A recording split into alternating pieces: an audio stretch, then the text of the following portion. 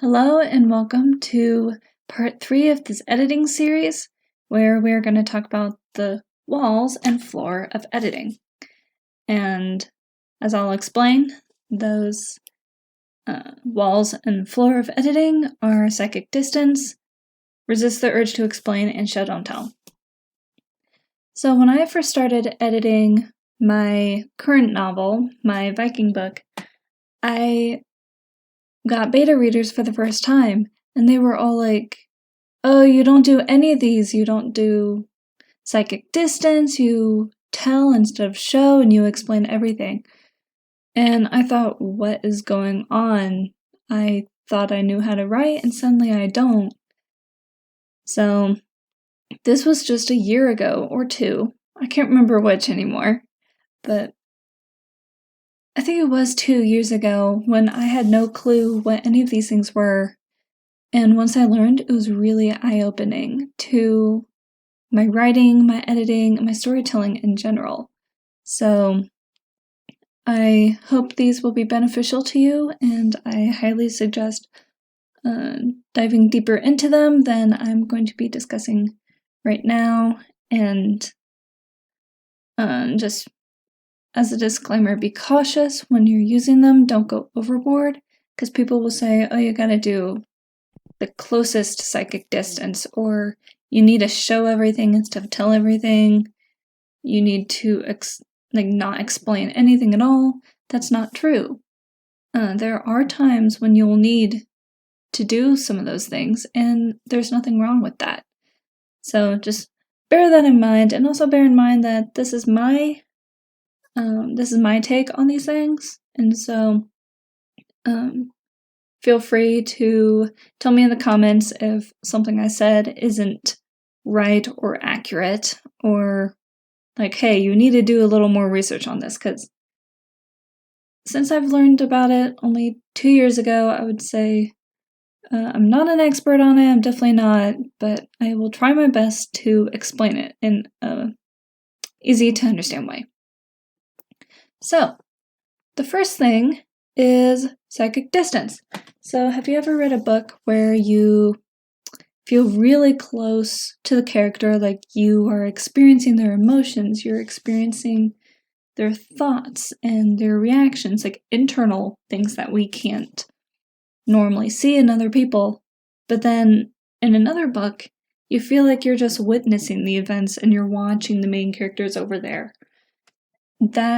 The difference between those two is psychic distance. It's just a fancy term for how close the narrator is to the point of view character.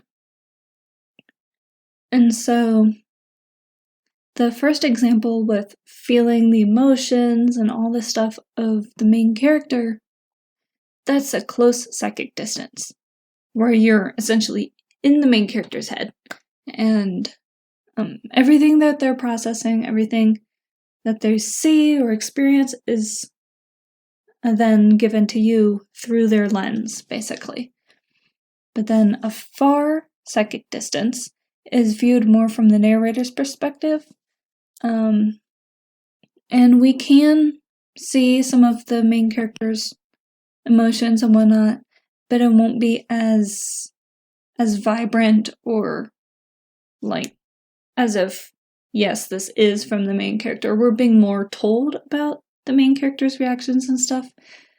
It's a little further away from the character.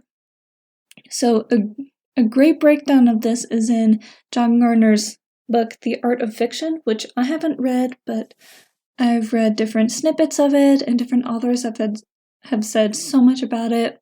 I'm thinking about getting it, so if you have read it, please tell me in the comments how you liked it and if it helped your writing and how it helped your writing.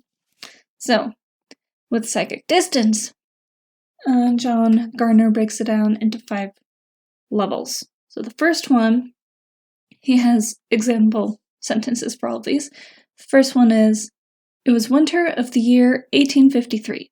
A large man stepped out of a doorway. Level 2 is, Henry J. Warburton has never much cared for snowstorms. Number 3, Henry hated snowstorms.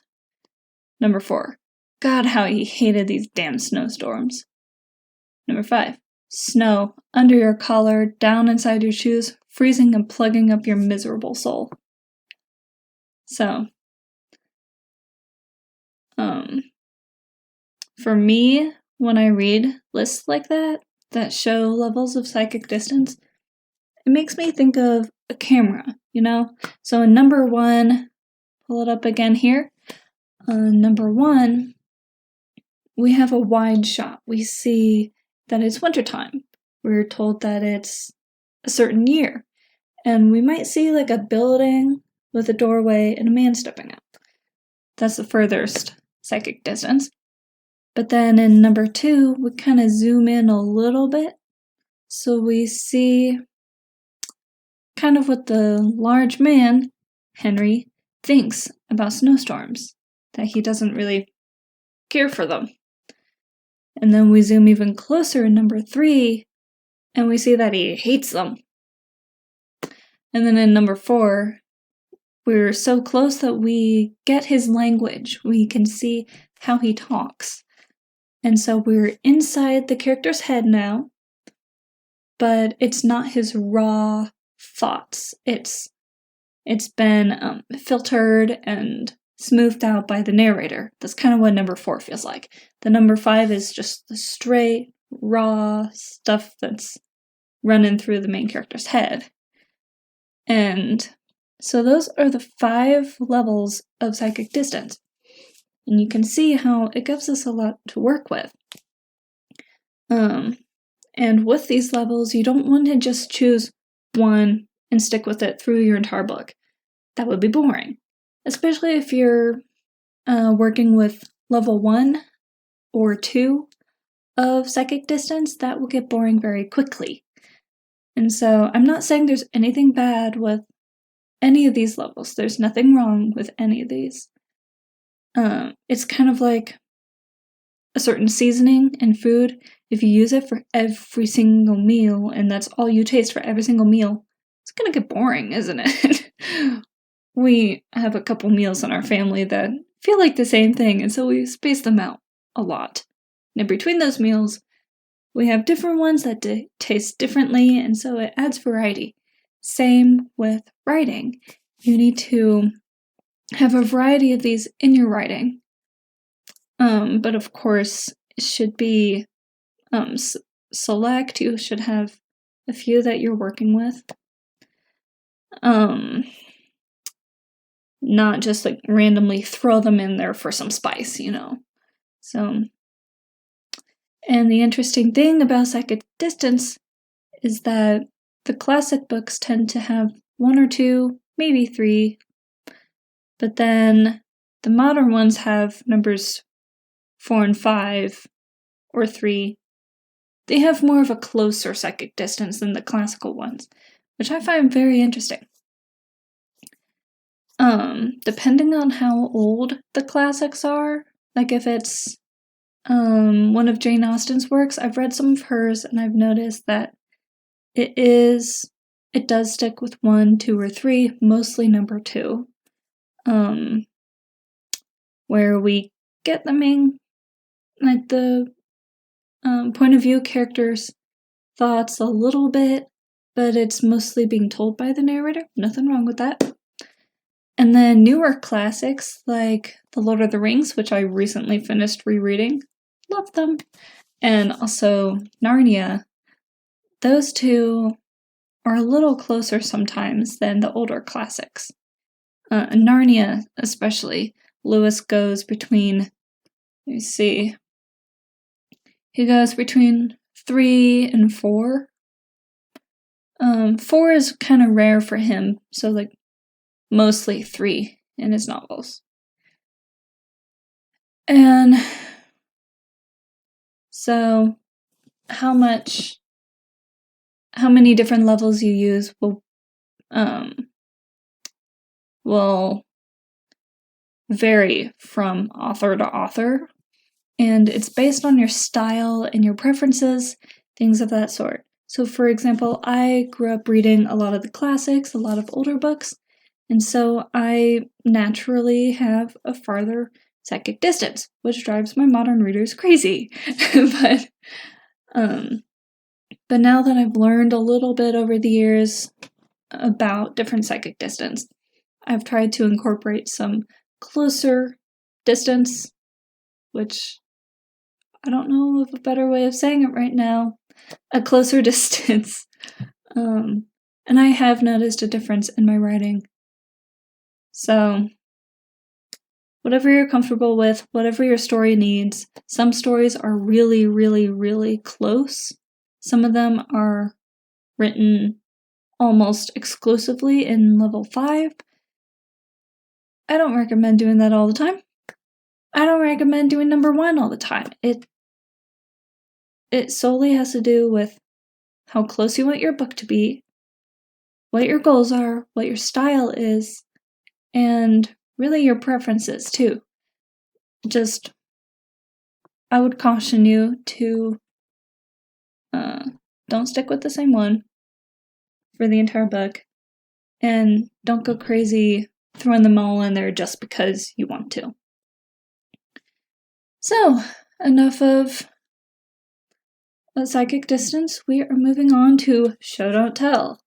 This is another technique that I had no clue existed until I got beta readers.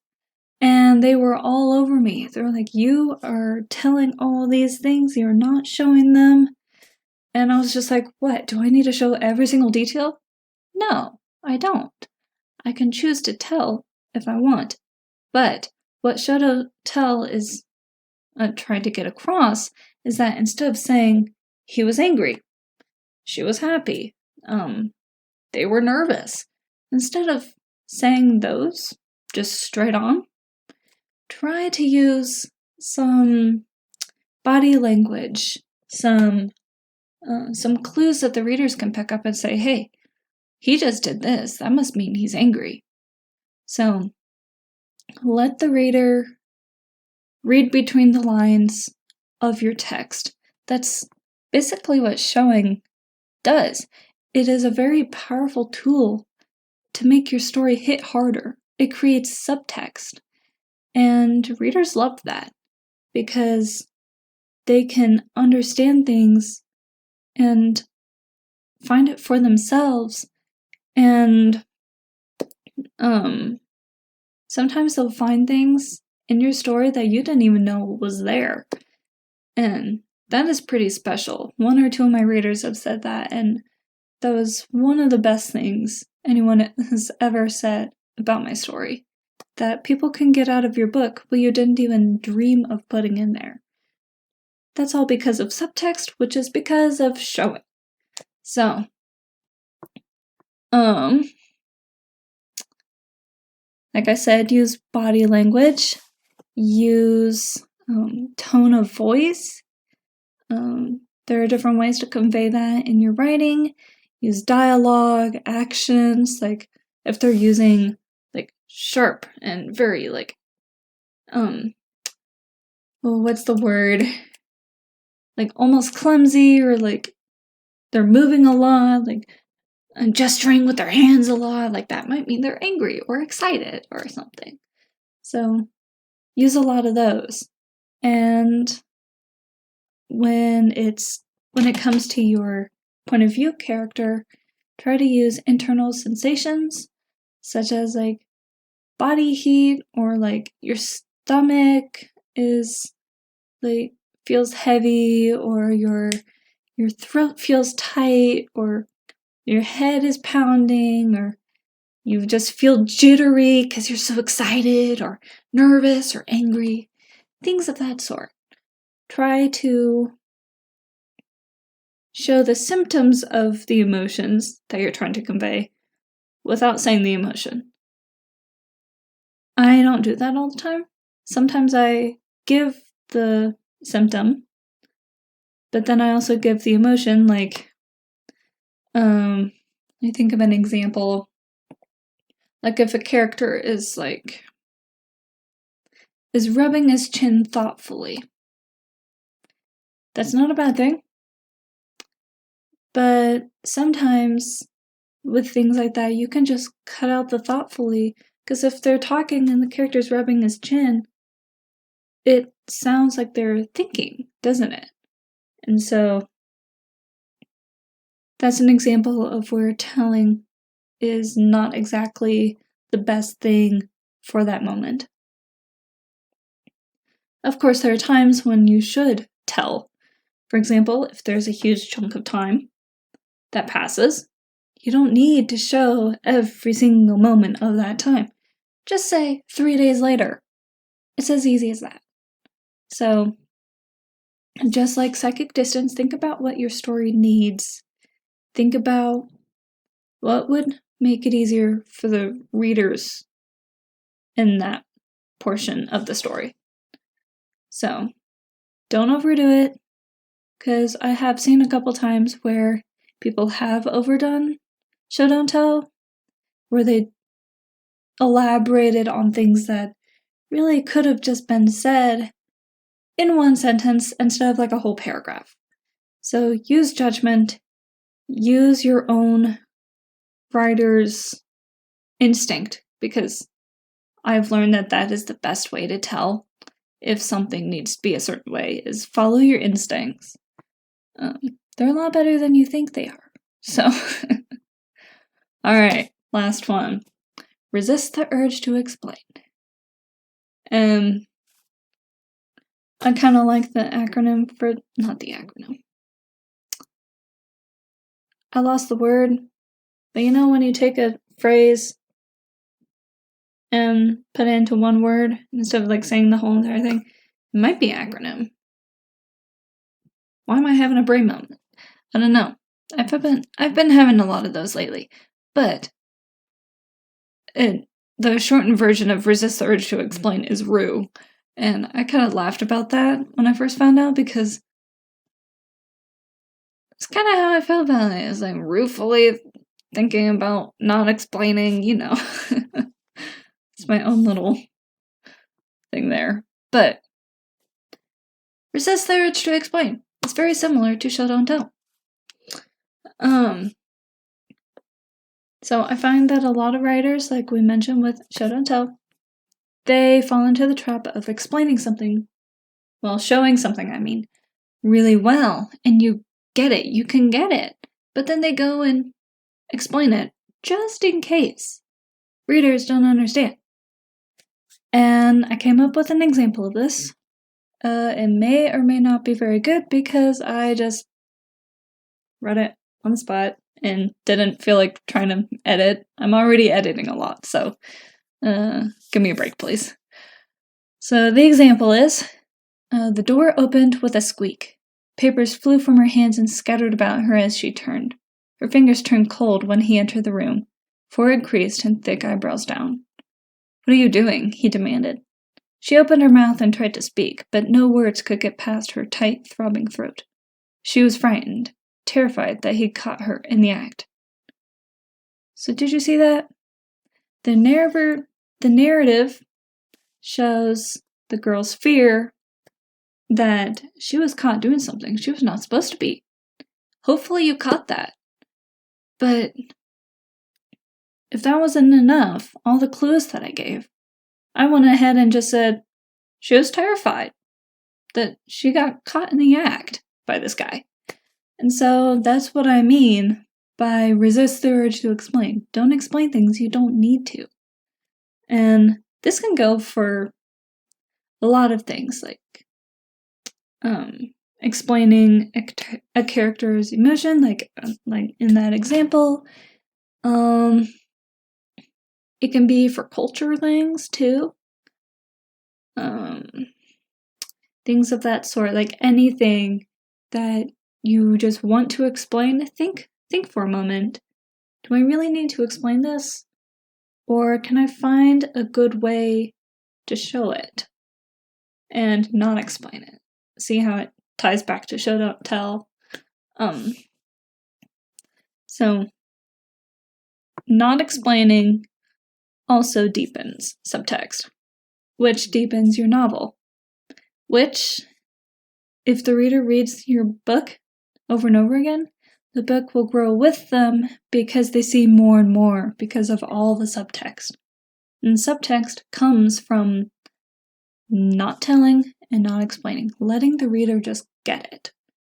And so, yeah, this was really hard for me to learn because I naturally just explain everything. To be honest, I don't really trust modern readers.